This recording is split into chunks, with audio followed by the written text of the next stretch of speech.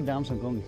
Šodien esam Burtnieku ezerā, ir maija vidus, un šodienas raidījuma tēma būs līdaku cope pavasarī, kā atrast vietas, kā izvēlēties mānekļus. Un pat šodien es makšķerējuši, teiksim tā, ar budžets klases inventāru. Parādīšu, ka nav obligāti vajadzīgi tie dārgie kāti. Ne jau kāds ķer zivi, bet pats makšķernieks viņu atrod, pamekslē pareizo mānekli, un rezultāts ir. Edgaram nav īstās krāsas rotiņš, viņš tā domā, bet īstenībā ar īstā krāsa parādās pēc pirmās noķertās zivis vai uz sajūtām, kad šinī ūdenī vajadzētu būt šai krāsai. Un tad tanī dienā tā ir tās dienas krāsa. Es redzēju, ka tas asari tie, man liekas, jo viņi kaut kos mazos bakstīja.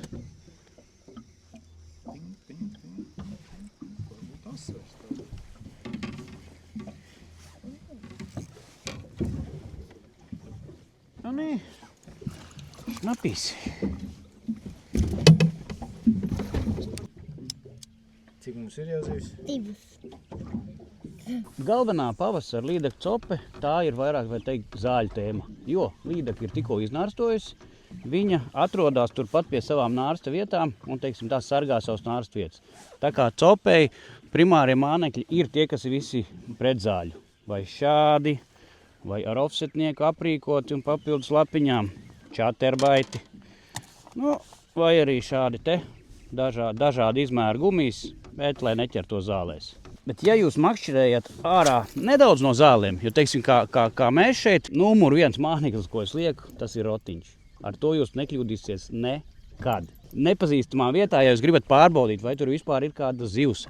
Līdaka asars, teiksim, šitāds 3. vai 4. numura rotiņš būs ļoti universāls. Pārbaudīt to vietu, vai vispār ir kaut kā zivju kustība.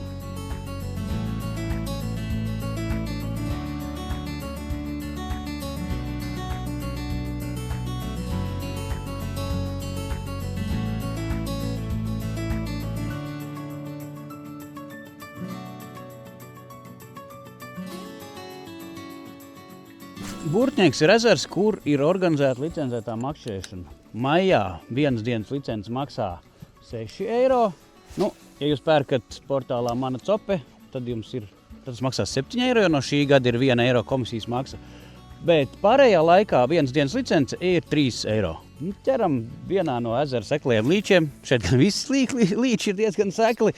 Un tagad, teiksim, tā taustamies, meklējamies. Un, ko es esmu citreiz ieteicis, kad jūs esat 2 makšķernieku laivā, katrs uzliek dažādu mānekli. Egijos uzlicis rotiņu, viņš, teiksim, vairāk ķer gar zāļu malu. Es esmu uzlicis čaterbaitu, ko es metu jau iekšā lēpēs. Un tad skatāmies, taustamies, kur tā zivs varētu būt. Un, ja kaut kur ir kaut kāda atsaucība no kaut kādas zivs, tad jau piestrādājam pie tā reģiona un ar to pašu mānekli, uz ko ķērās. Nu, jā, un tā kā pavasarī tā līdaka ļoti maina to lokāciju, sākumā tuvāk nārstu vietām, tad iznāk no zālēm, pēc tam var aiziet uz dziļumu. Ja, teiksim, pirms nedēļas jūs te ķērāt, un tanī līdzi braukšu pēc nedēļas atkal, te var būt pilnīgi tukšs, viņi var būt aizgājusi jau kaut kādos 2 metros dziļumā, te tajos 80 centimetros viņi vairs nesēž. Tā kā ilgi neuzturaties vienā vietā, ātri pārbaudiet ar dažādiem mānekļiem un braucam meklēt tālāk. Vieta, kur man patīk arī meklēt līdakus, tie ir tādi tā kā zāļu radziņi, kas ienāk ūdeni iekšā. Ļoti bieži viņi sēž tieši pašā galā, un tikko es iemetu pie laivas, viņi atnāca līdz pašai laivai un pie laivas nogriezās. Tā kā pavasarī, jā, meklējiet tos radziņus gar viņu malām, uz viņiem apmakšķerējiet noteikti šādus radziņus. Nav liels. Maziņš.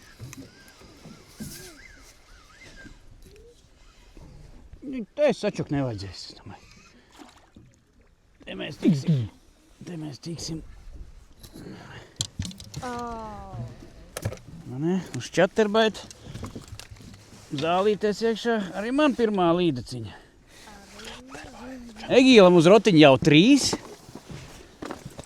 Man pirmā smukā uz čaterbaita. Smuka, ļoti smukas krāsas. Smuka līdaciņa. Nu, lielisks dienas sākums. Sākām testēties pa vienu malu. Egijus dabūja 3 uz rotiņu.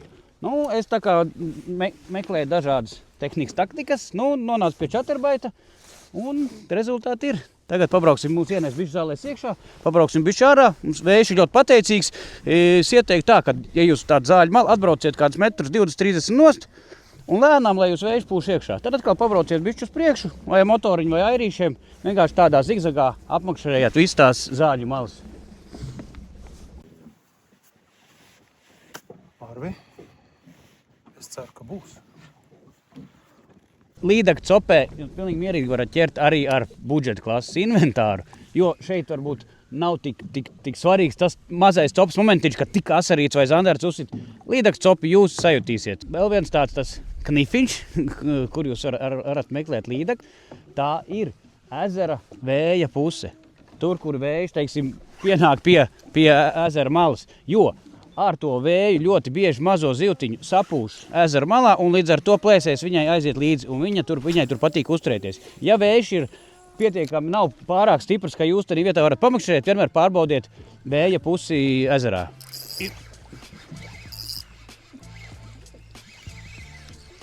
Pagaid.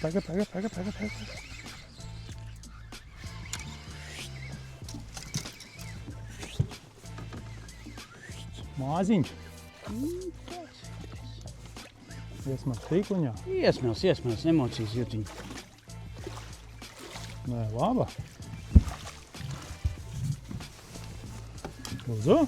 Paldies. Nu, arī uzturamais tīkliņš ir lieta, kas jums vajadzīga laivā, jo tad jūs uzsmēlāt zivi, mierīgi varat sagatavoties, paņemt standziņas. Nav, ka jūs to zivi ievelkat laivā, mocat, muļājat pa kostīmu, pa laivu.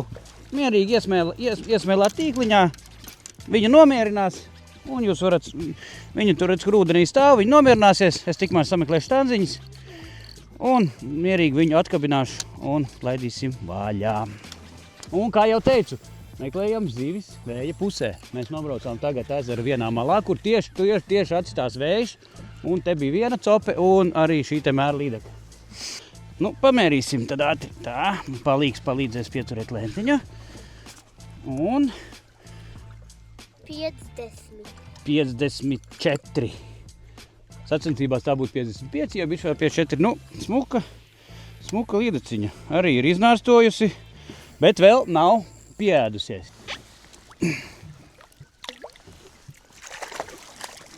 No tā. Nu, lieliski. Sākam jau lēnām izkristalizēt, kur tās zivis jāmakšķerē. Uz ko?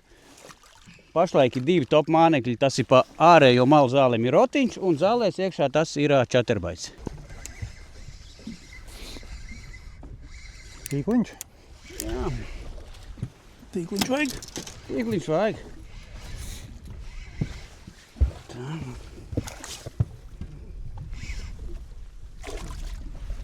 Oh. Yes.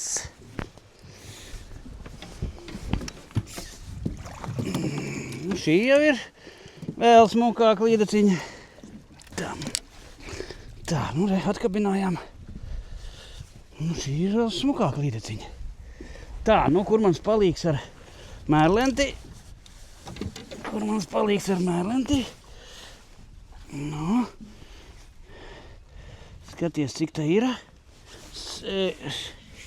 61. Iepriekš bija cik? 54. 61. Cik lākamā būs liela? 70. Laikam. Lai skrien. Kā izskrien. Nu, esam atraduši laikam šīs dienas atslēdziņu. Vēja mala, zāles, pašu biezāko zāļu mala. Tas nozīmē, ka līdaka pēc nārsta vēl stāv zālēs. Viņa nav izgājusi klājumos. Pa klājumiem mums bija 1-2 copīti. Tad mēs pārējām faktiski uz tiem predzāļu mānekļiem vai gumijas ar predzāļu āķiem, čaterbaiti.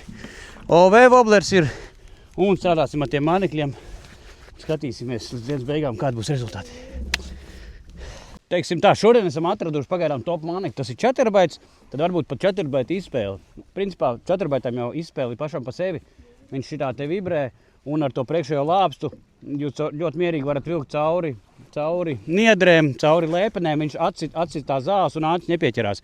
Bet čaterbaitā svaru izvēlties attiecībā pēc dziļuma. Nu, parasti jau copa zālēs ir līdz metram dziļumā. Tā, lai, teiksim, mums šeit kāda 80 cm, es izvēlējos 5 gramu čaterbaitu un velku ar tādu ātrumu, lai viņš aptuveni ietu pa ūdens vidu. Viņu nevajag pa dibenu džigot un neiet pa pašu virsu. Pa pašu virsu var jau pašā vasaras karstumā asaru līdzekļus ļoti patīk ņemt, ka viņi pa ļoti seklo iet. Tagad pašlaik tomēr piegremdējam vismaz līdz pusūdenim. Par četerbaitu saucamo apģērbšanu. Principā jau pats viņš nāk ar tādām smukām bārkstiņām, kas ūdenī ņirb, bet papildus es ieteiktu vēl aprīkot ar kaut kādu gumijas māneklīti. Formai, es neredzu īsti starpību, var kā tādu zivtiņu, var kā tādu tārpiņu. Galvenais, lai nav viņš pārāk liels, jo tad pārāk liels ar pārāk lielu asti, viņš taisīs baigo vibrāciju un viņš nositīs četerbaitu spēli. Jūs to pat jutīsiet, ja būs māneklis pa lielu uzlikts ar lielu asti. Viņš tā vibrēs un nevibrēs šī priekšējā lāpstiņa, viņš nāks gandrīz vai tā taisni. Tā kā principā attiecībā pret četerbaitu izvēlēties tādu mazu gumiņu, kāds vienkārši viņu pagarinās un piedos papildus vēl spēlīti.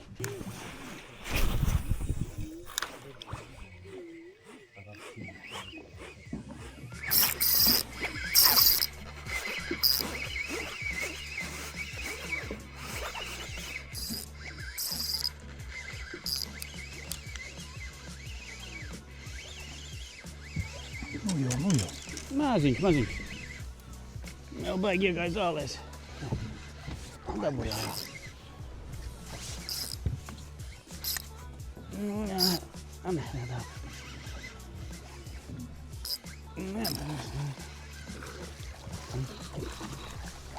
Maziņš, bet dusmīgs.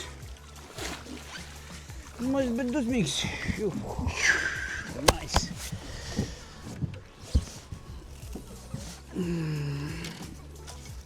Būšu tā smuks.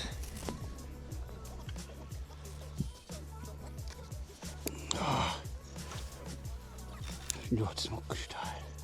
Mērs? Jā, bet nemērīsi, jau vairs. 80 nav.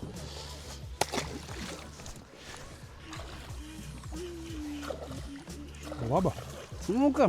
Šitā ir vēl smukāk. Es teicu, nākamā būs 70.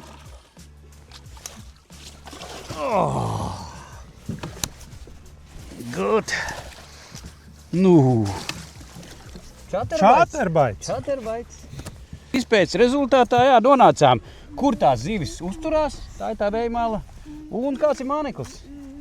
Un ar katru zivi ar vienu katru lielākā. Tā būs stabila 70. Pat varbūt pat pāri. Tur mērīsim.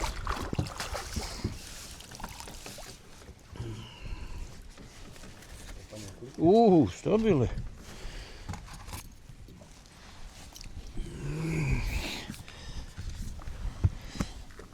Es teicu, ka būs 70. 76.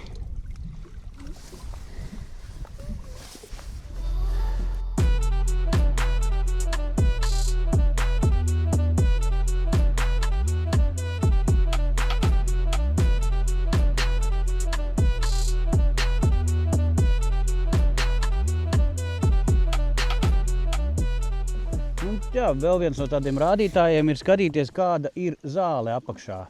Ir tā viena, es neesmu eksperts, kā viņa saucās, es viņu saucu pa glīveni, un ja tāda zālīte ir apakšā, tad līdekai patīk zem viņas slēpties. Vēl citos ezeros ir tādas saucamās, tā kā palmas viņas izskatās. Starp tām palmām arī viņām patīk. Un, protams, lēpenes, tā jau ir klasika. Bet skatieties, kāds ir aizaugums apakšā. Arvīti nāc ārā. Liksim Arvim pastrādāt. Pieķēries pat vēl. Labs tur ir. Kaut kas ir. Bija labs. Bija labs, jā. Pēc bum bija labs. Piedodiet, atvainojiet. Tā ir makšēšana. Šīs ir tās labās copes sajūtas, kad tu jūti, kad ir. Tu nenoķer. Un svarīgi tad ir nebēdāties, bet uzņemt enerģiju, lai ķertu tālāk.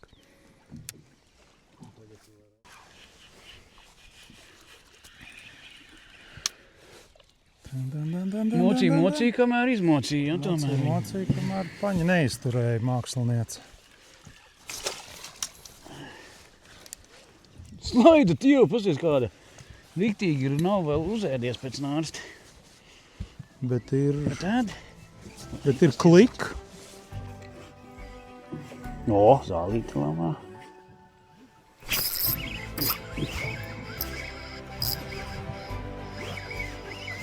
Nav liels, bet smīgs.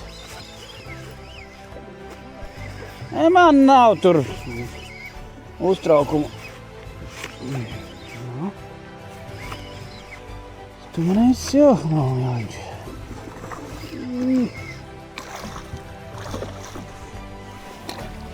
Opā.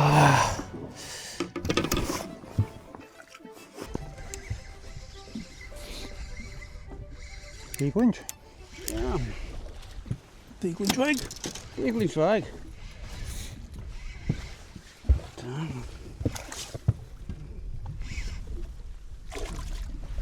Oh. Yes.